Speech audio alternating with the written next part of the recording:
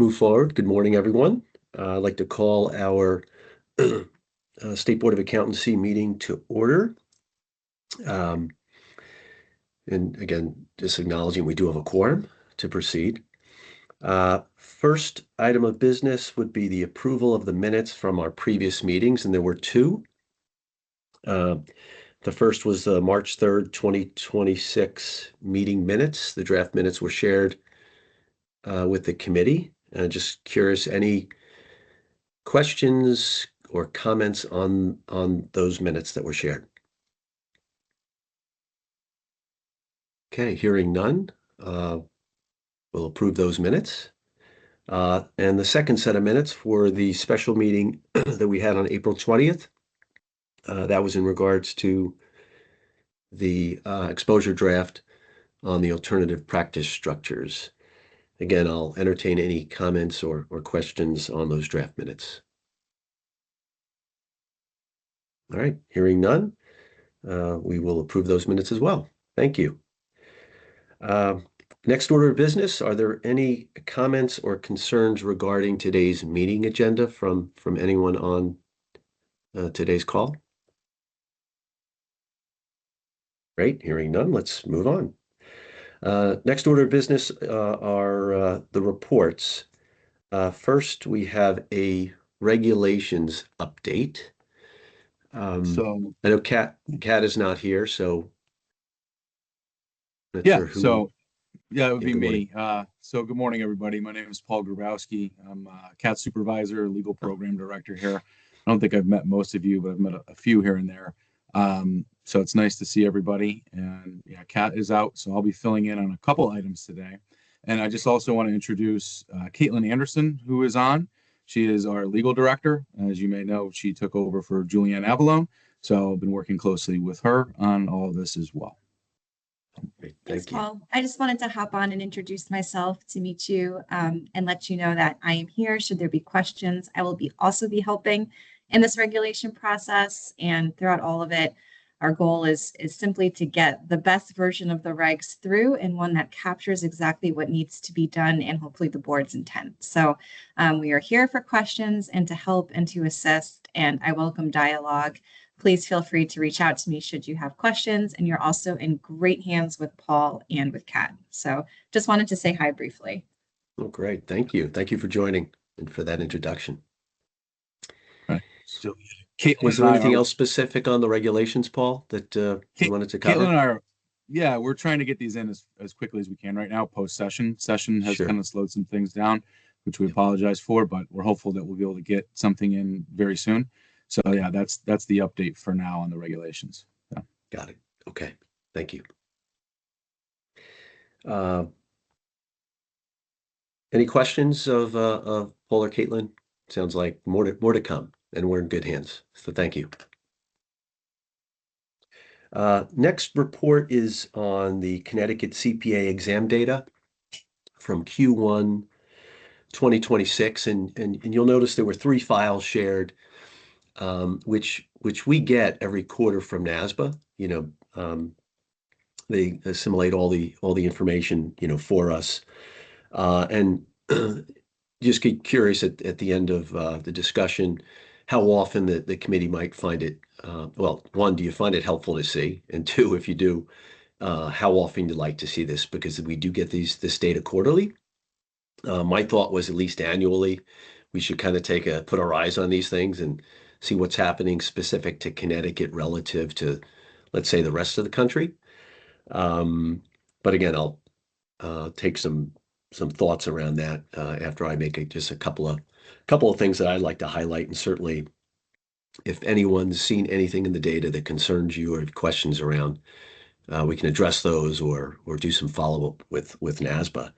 But one thing I thought, I kind of talk through here is we've got data on the overall, and again, this is Connecticut specific, and there is a file for overall all the jurisdictions within the U.S.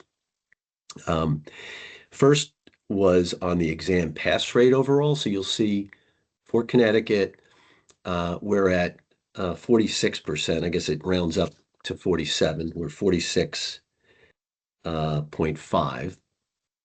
That compares to, when I look at some of the other, states in our jurisdiction anyway, we're comparable to New Jersey at 46.8, Rhode Island 48.8. Um, we're not the lowest, with New Hampshire being at 41.3, and then New York, Massachusetts, Maine, and Vermont are all north of 50, with Massachusetts up at 60.4%. Again, sharing data points because it doesn't necessarily capture, who went to school in Connecticut versus New York or anywhere else and then decided to take it in Connecticut versus taking it in another state. It's just the way the data falls. I'm not sure why. For as an example, Massachusetts, is it so high? Is it because of their education system and the people that take the exam there, they stay within state?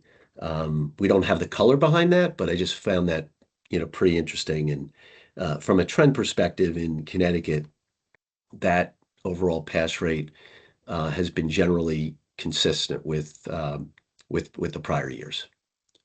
Um, if we scroll down, Rochelle, to the candidate volume trends. Before we go there, can you go back up? Yeah, sure.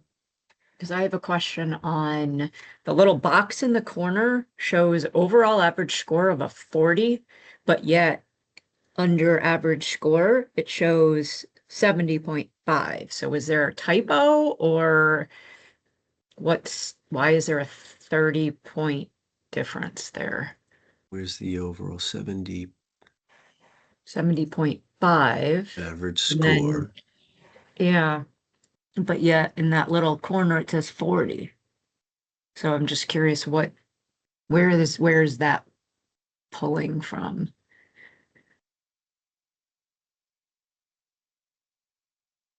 Yeah, that does look a bit off.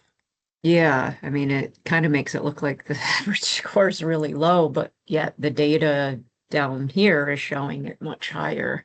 Yeah, I think there must be an issue with what's pulling in that average score column, because you'll see down below when we talk about the pass rates by by section, Yeah. we're nowhere near those numbers.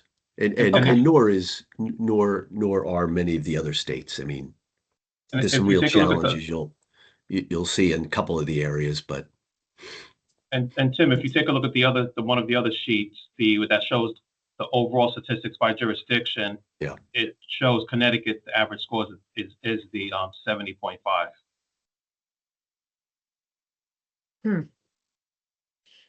Pass rate. yeah. So, yeah. Well, why don't we So do that? that We'll, must be- yeah, on that, we'll do some follow-up with NASBA. It's a good catch to find out whether we're just reading that wrong.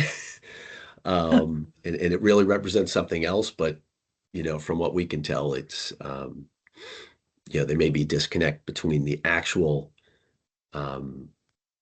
rates of score. Well, actually, go back up to that again. It's interesting because that's not on the materials that we have. It's just on the screen. Yeah. So I wonder if whoever prepared that little box in the corner just typed it in wrong. Tim, is that the average or is that the rank? In other words, are we 40th out of 50 states or whatever? Because you're saying jurisdiction ranking, not necessarily. Yeah, no, that's our pass rate. So if you go back to the file, there's another file that was shared that showed all the jurisdictions and their pass rates. It's not ranking. We're not 40. I don't believe we're 47 of. Actually, we were. I think there were maybe only 5 or 6 states that were, let's say, lower than us in terms of pass rate. So the 47 may, in fact, That's the pass rate. That's not the overall average score, which is what Yeah. I was asking about. Yeah.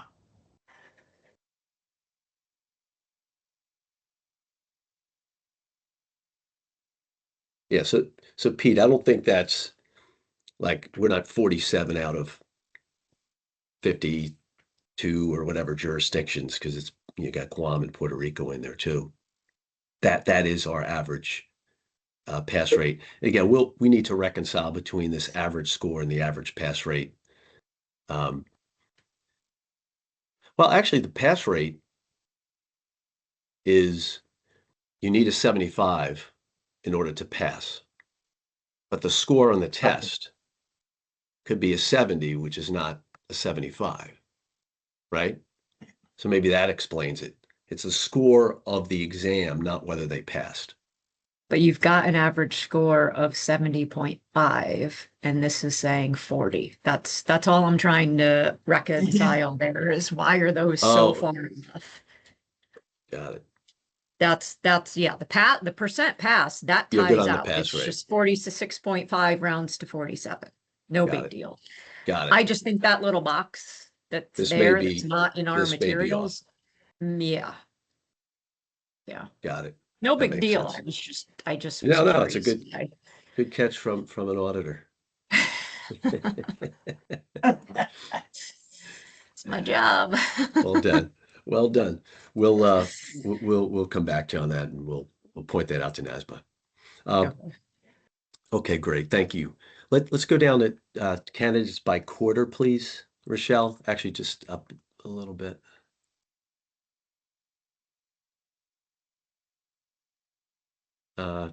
Let's go up. Yep, right here. Yep. So just total candidates by quarter. Overall for 2023, the numbers we had 1,639 candidates, unique candidates testing, which declined in 2024 to 1,379, and there were all the buzz and concern around pipeline and what's happening with the number of students electing accounting and deciding to take the CPA exam. The good news is that then turned again in 2025. We went from 1,379 candidates in 2024 to 1,712 in 2025. And for Q1 2026, that number is, you'll see, the highest that it's been in the past 4 years. So from a trending perspective, hopefully, things are trending, in the right way as it relates to, the pipeline issue and getting people to, be attracted to the CPA profession. The other thing I'll point out that may jump out is back in 2023, in the fourth quarter, you had a fairly high number of people testing. And then in the first quarter of 2024, you had one of the lowest, and that had everything to do with the transition from the old exam to the new exam, and people looking to take the old exam prior to the new exam coming into place because of the uncertainty around, what would they need to study in respect of certain the changes to the core sections and the new disciplines. So a little bit of anomaly, but that's kind of moderated since that point in time. And then if we just scroll down a little bit further here, total sections by section type, you'll see, for audit, FAR, and reg, what those trends look like. And then for the three disciplines, BAR, ISC, and TCP, what might jump out to you, at least what jumps out to me, is many more people electing to take TCP, and then secondly, ISC over BAR as their discipline elected. And if we then scroll down, if we could, to the pass rate, by section, this may be telling in terms of why candidates are electing that, and it might be possibly not in connection with what they plan to practice or where their interest is, whether it be tax or otherwise.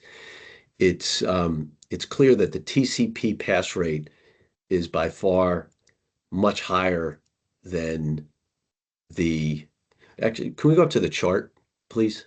Yeah, Oh, yeah, it's better. which is, yeah, TCP is in red. By far, a high success pass rate. Yeah, And by far the lowest is uh, business analysis and reporting bar. That trend is no different than what's happening nationally. And it's got the attention of NASBA and the AICPA as they're looking at the exam and trying to understand why these pass rates are what they are, because bar is extremely low relative to where I think those would expect it to be, and the other one is FAR is also relatively low, and it is one of the more challenging parts of the exam. And part of the concern is also, often you'll have people taking FAR first because they understand it's the hardest. Let me study for it and get it out of the way. And they take that exam, and the pass rates are so low, and they don't pass.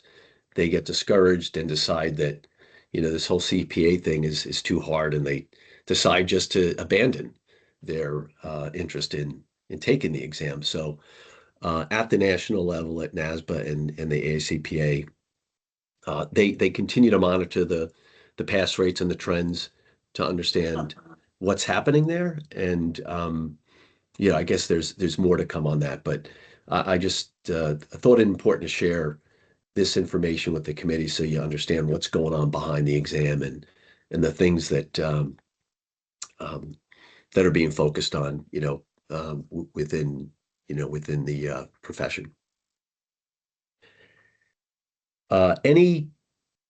Any other observations or questions on the data, and also do you find this helpful to see on occasion? And if so, would you like to see it quarterly? We can certainly share it quarterly. We don't need to cover it necessarily quarterly for every meeting, but we can certainly share it with everyone if you thought that would be of interest. Or again, I'd propose at least annually to maybe do a review. And if there's anything that pops in between from a quarterly perspective, we can just raise that as an exception if we needed to. Carla. yeah, can you hear me? Yes, we can. Okay, good. I'm wondering if this data has been shared with the universities in the state that have accounting majors, because I find it sort of surprising. Do you know? I don't know, but I have to believe that NASBA and the states are very much connected to their educators. But I will go back and check with NASBA exactly what is shared with who. Like, Okay, does this go to UConn, et cetera? exactly. Um, and if so, is there anything to glean from it, right? Again, Right. it just because Connecticut is, as an example, maybe lower than Massachusetts, that's not necessarily indicative of um, the education in Connecticut being not as strong as Massachusetts, because this is just where they took the exam, not necessarily where they went to school. That's Right. true. Yeah. But I just assumed that, well, I just assumed that probably at least the majority, a bare majority of the people taking the Connecticut exam would have gone to school in Connecticut. So it would Yeah. be interesting to know more about that. Okay. I will follow up on that. Anything else on this? And Stacy will see if you've caught the typo and make sure they correct that. I would think it would have been, something that would have been pulled from an Excel file, but we'll see. Okay. That's all I wanted to share in terms of the CPA exam data. And with that, let's move on to our next report. We've got annual CPE audit. And I think, Paul, will you be covering that for us? Yes, I will. Yep. Thank you. So where we are right now and where we're going, I guess, on this, we did select random 3% sampling of all active credential holders. Those credentials were issued prior to July 1st of 2024. Otherwise, if they were just newly issued after that, they wouldn't have had to do the CE. So we came up with that 3% was 133 individuals. And we sent out an email to those individuals on March 23rd, right? We requested copies of their certificates from the last cycle, as well as the ethics CPE. They had 30 days to get us a response with the certificates. 99 out of that 133 did give us a response with the certificates. So we are in the process of reaching out to those other 34 folks to try to see if we can get the certificates and then potentially take action if we don't receive anything. And then where we are right now, I met with my team, which included Kat and two of our paralegals on Friday to come up with the process for reviewing these and how we're going to save them in our system, what we're going to do if we find something. And our paralegals are going to start looking at all of this week. And, we anticipate it's going to take a few weeks. There's a lot to sort through, a lot of different PDFs and certificates that they'll be organizing. But we are starting this process, and you'll be hearing more, once we have some results, and likely there'll be some enforcement action for some folks as well. Okay. Thank you, Paul. Yep. Any follow-up or questions of Paul in respect of the CPE audit process and where we are? Okay, thank you. Moving on, we have no unfinished business, so we can move right on to our new business. First items will be, we've got 2 exam credit extension requests. One for Samuel Nalaboff, and good morning, Sam, thanks for joining. And also one for Peyton Finley, and I also see Peyton Finley has also joined us today. Who will talk us through those? Would it be Rochelle? Yep, so Kat gave me the info, so I can pass it on.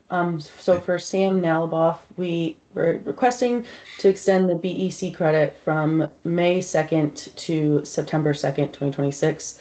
And he took the BEC on October 2nd, 2023, and the score date was November 2nd, 2023. So they're requesting an extension due to a medical reason, and that documentation was already provided. And then I have his testing record. So the reg was tested 3/31/2026, passed, and the score expires on October 8th, 2028. FAR tested on 6/23/2023 and failed, and the audit tested October 23rd, failed. Current NTS is good through October 13th, 2026.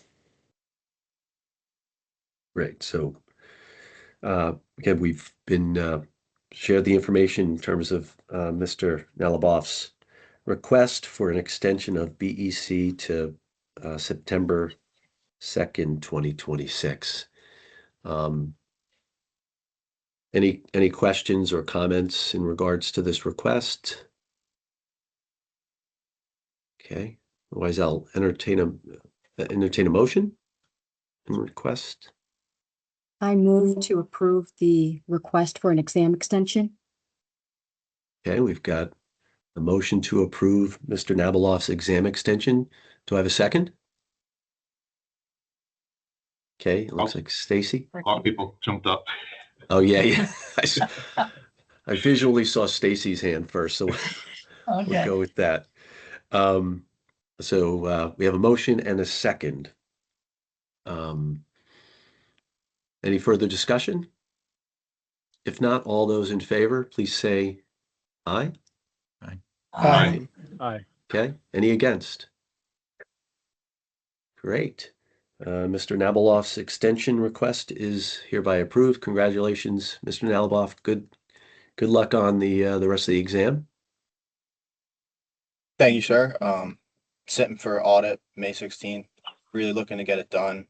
Right. Was navigating my career during 2024 and 2024, those longer testing windows, and came up just short on a couple exams. So I really appreciate, the extra time. Really looking to get it done this summer. Awesome. Well, again, good luck with that. I'm Good sure luck. you'll nail it down. Good luck. Okay. Great. Let's move on. Next item is one additional exam credit extension request. Peyton Findley. Rochelle, you want to walk us through that one? Yep, so Peyton Finley is requesting to extend the audit credit from, it's a 1 month extension, so from June 26, 2026 to July 31st, 2026. And they took the audit on, on December 5th, 2023, and the score date was December 26, 2023, excuse me. And they're requesting an extension due to medical reasons, also provided in the meeting documents. And then the testing record, FAR tested on 11/29/2025, passed and scored, expires on June 15th, 2028. The reg was scheduled to take on May 16th, 2026. And ISC next available window to test is July 2026. NTS is good through July 18th, 2026. Okay. Thank you, Rochelle. Any comments or questions in regards to this exam credit extension request? Okay. I will entertain a motion in respect to this request. I move to approve the exam extension request. All right. Thank you, Sahar. We've got a motion to approve the request. Do we have a second? This is Pete. I'll second it. All right. We've got a motion to approve and a second. Any further comments or questions?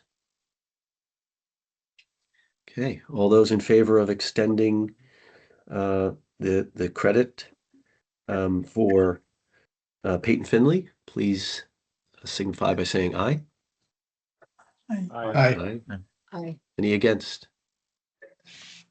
Okay.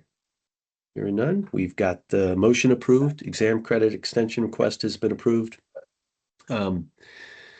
Finley, congratulations and good luck on your next section. Yes, I want to thank you all for taking the time to approve this today. I'm taking reg this month and then hopefully ISC in July, and hopefully that'll be the end of it. So thank you. That's great. Thank you. Good luck. Thanks for being Good here. luck. Okay. That completes the extension requests. We'll move on to new business item B, settlement agreements. There are two. And I believe, Paul, you'll talk us through these, please. Yeah, I'll walk you through what we have here from Thank you. Kat. The first one is for Jennifer Kilgore, case 2224-26. The allegations here are practicing without a firm permit and operating a CPA firm without an office, with an office in Connecticut without a firm permit. This individual has been licensed since 1997, but they did start a business, JLK CPA LLC, in 2017. That is located in Fairfield, Connecticut, registered with the Secretary of State's office.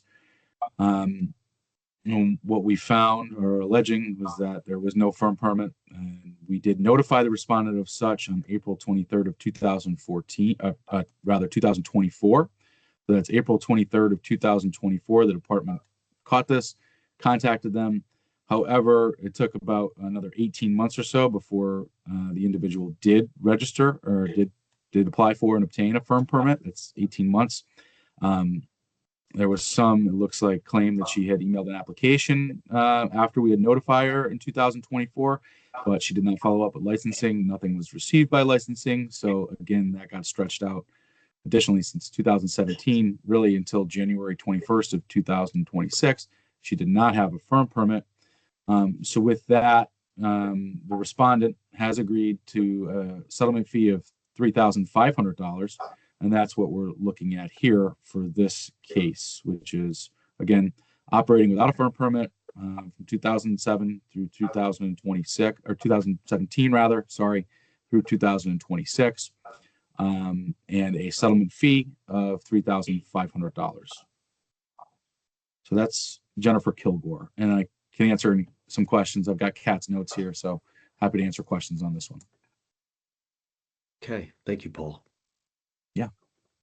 Any question? Up, so here, I see you have a question. Hi, Paul, and welcome.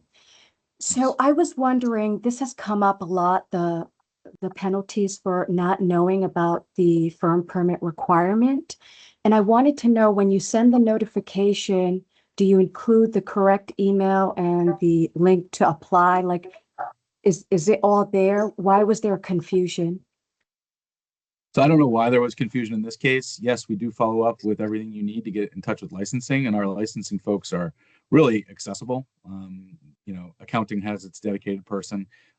So there really shouldn't be too much of an excuse for not, reaching out and following up on that.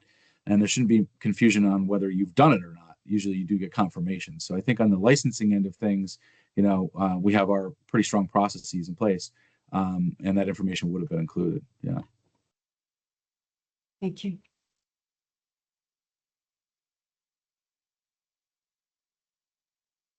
Any other questions of Paul on this proposed settlement? Okay. So the next one that we have is sorry, we got one more Should question. we why don't we Sure. We'll vote on Yep. on each, if that's okay, Paul. Yeah, that's fine. So hearing none, I'd entertain a motion in respect of this proposed settlement agreement with Miss Jennifer Kilgore. I'll make a motion to approve the proposed settlement agreement with Kilgore. I've got a motion from Robert to approve Miss Kilgore's settlement. Do we have a second? I'll second the motion. Danny, thank you. We've got a second. Any further comment or questions? Okay. I'd like to take a vote. All those in favor, raise your hand or say aye. Aye. We have any against? Oh, okay. We've got one against, so here, but we've got majority approve, so the motion is passed to approve. Okay, Paul, let's go to Sure. Carol Dubbs. Yep. So Carol Dubbs, case 2026-19. Again, the allegation here is practicing public accountancy without a firm permit, operating a CPA firm with an office in Connecticut without a firm permit. 2 violations there.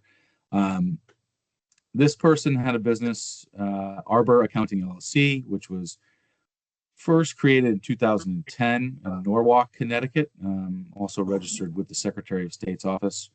The respondent indicated that she's worked part-time since 2011 onward, and that most of her work between 2011 and 2023 has either been tax preparation at a local CPA firm or as an independent contractor, or providing bookkeeping services and bookkeeping system setup to business owners. So she stated she was unaware of the firm permit requirement, and we did notify her in January of 2025, and she did promptly apply and receive a firm permit on January 6th of 2025. So she immediately acted and got that firm permit once we reached out to her. And that's why in this instance, we are seeking, and the respondent has agreed to, a settlement fee of $2,000. And Kat has represented that $2,000 is due to the fact that she immediately remedied the situation. No instances of prior discipline or issues with the Department of Investigation. So that's why we have a $2,000 settlement fee in this case, and it has been, again, agreed to by the respondent. So happy to answer any questions you might have on this one as well. Got it. Thank you, Paul. Any questions in regards to the proposed settlement with Carol Dubbs? Sohair? Yeah, I just wanted to again point out that I think that there may be a structural information gap affecting the parties' understanding of their legal obligation. I do believe that given the frequency of such cases, that there needs to be more notification, or we need to revisit the steps. We need to evidence that there has been a notification, there has been follow-up. I just can't support a penalty for not knowing. Yeah, I would add to Sohair's comment, when we make businesses be formed in Connecticut or registered to do business in Connecticut, we collect the identifying number stating what they're doing.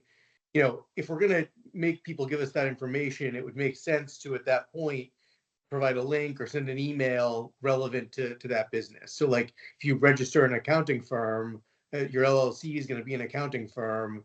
It certainly seems like it would be helpful to give them that information at that time. One question, Paul. Oh, sorry. Yeah. Carla. Yeah, I'm following along with what Sohair and Bob said. I mean, from these cases, as an example, these firms had registered with the Secretary of State. So I wonder if there's not what the present mechanism is for notification, for example, between the Secretary of State and of the State Board of Accountancy office. Maybe we need to look at that, not only what's happening in accountancy office, but also what the relationship is with the Secretary of State and notification. Fair. Yeah, I think there's a couple issues here, right? There is one that there is a lack from an enforcement standpoint in these settlements. These folks were out of compliance with the law. They do have a responsibility to follow the law, and they did not.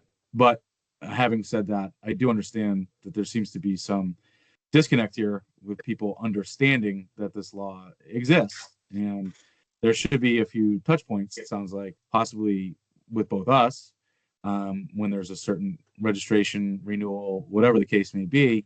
And again, that's pretty clear here in the fact that these folks had businesses for quite a few years. 2010, 1997 first, license in the first case. So there's some touch points where it seems like it should be made clear or double checked so that you're not getting an enforcement action so many years down the road that seems to come from nowhere. Right? And then the more complicated one is the Secretary of State's coordination, right? That may be tricky, but there's seems like there's more we can do on our end to catch things, and also try to get there with the coordination with Secretary of State's. But I would say for purposes of this settlement with the respondent, Carol Dubbs, and where we do have a violation. We do have an agreed settlement with the respondent, so we would ask adoption of this. But I am hearing what everyone is saying and think that we do need to do more. Yeah. The one thing and you tell me, correct me if I'm wrong, Paul. I mean, so here you characterize these as penalties. I think in many cases it's a recapture of fees that previously were not paid, right? Firm permit fee would have been $150 per year for how many years, right? You add that up. Is that what is the thought process around the settlement agreement and how the parties, come to, mutual agreement? Sure. Yeah, that's kind of the idea, is to get something that's fair and equitable based on the number of years. That's what I support when I'm trying to do my settlements and working with all the attorneys on my team.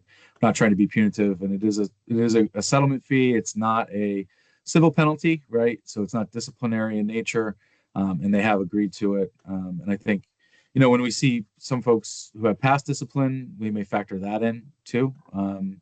But yeah, for the most part, we are just trying to be pretty even keel with what we're doing with our settlement agreements and the dollar amounts. Yeah. Okay. Thank you.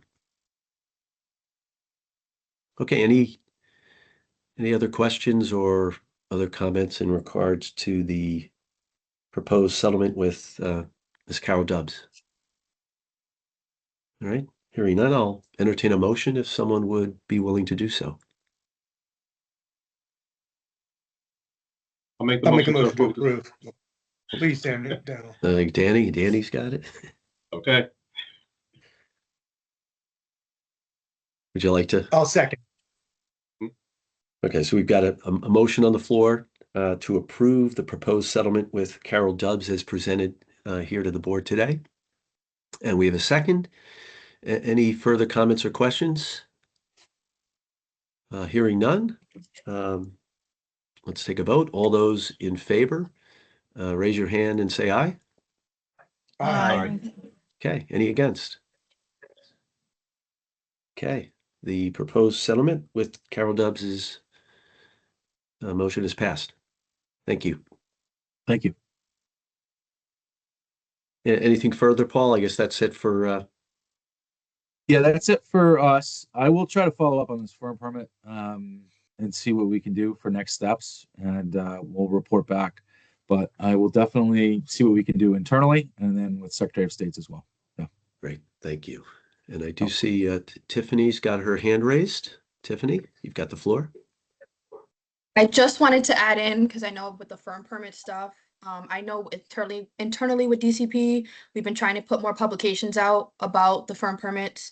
Also, I know, I think it was in November, December of last year, we did that presentation. We got quite a few inquiries in regards to the firm permits and questions about those, what the requirements. So I do know we're hoping to have more information put out to the public so that people can see that. As far as with Secretary of State, I know at one point we tried to collaborate, but I think we're still looking to get some more collaboration with the Secretary of State so that when people register, we'll be notified, okay, this LLC registered as a firm permit or as an accountancy firm, CPA firm, something like that. We'll get notification so that we can hopefully start putting more information out to the public. Great, thank you, Tiffany. Good update. Okay, that concludes the new business. Any comments or concerns of anyone else present in today's meeting? All right, hearing none. That brings us to the end of our agenda. The only thing left is to adjourn. So I would be open to a motion to adjourn today's meeting. I move to adjourn today's meeting. Okay, Second. we got a second, Carla second. All right, there's no discussion allowed on this one. Thank you all, and our next meeting is July 14th. I look forward to seeing everyone then. Okay. All right, enjoy the beginning of the summer. Take care. Bye. Take care. Bye-bye. Thank you. Thank you, guys.